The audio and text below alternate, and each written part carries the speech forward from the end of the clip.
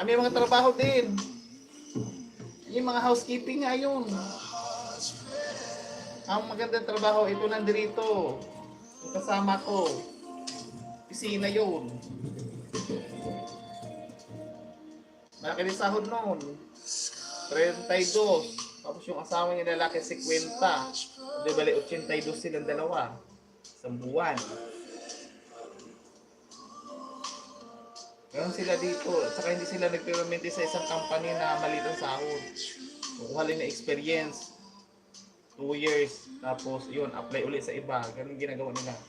Training sila ng training. Training ng training. Aral ng aral. Walang katapos ang aral.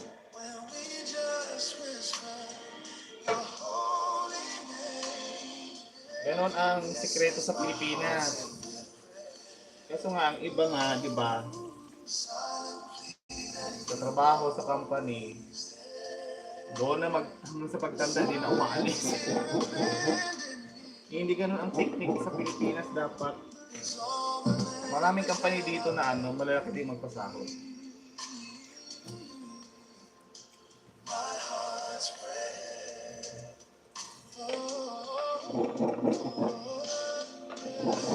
Parang nasa abroad ka na rin ang sahod.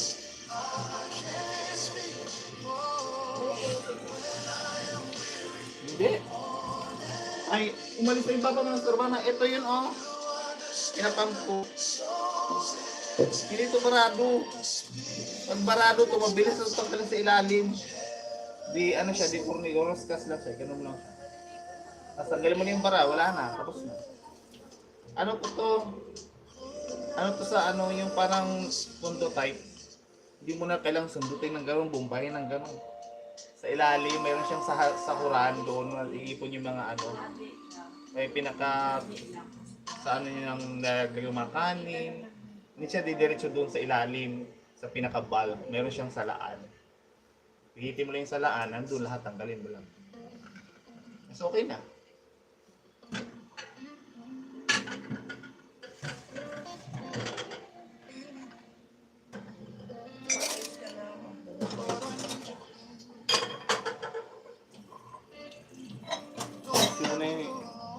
May make-upan ba yan? Ayusin mo lang yan.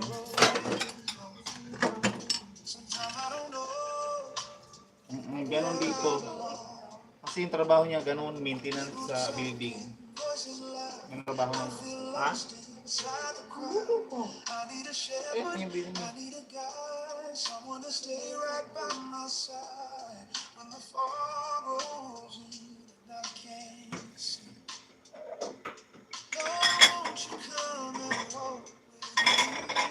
Kaya malaki sahod kung yun ang trabaho mo. Kapatid kong isa. Sa siya, sa maintenance. Mga bulb, wiring, duduro, lahat. Lahat yan. Ito yung gamit. Mga high-tech na gamit mo.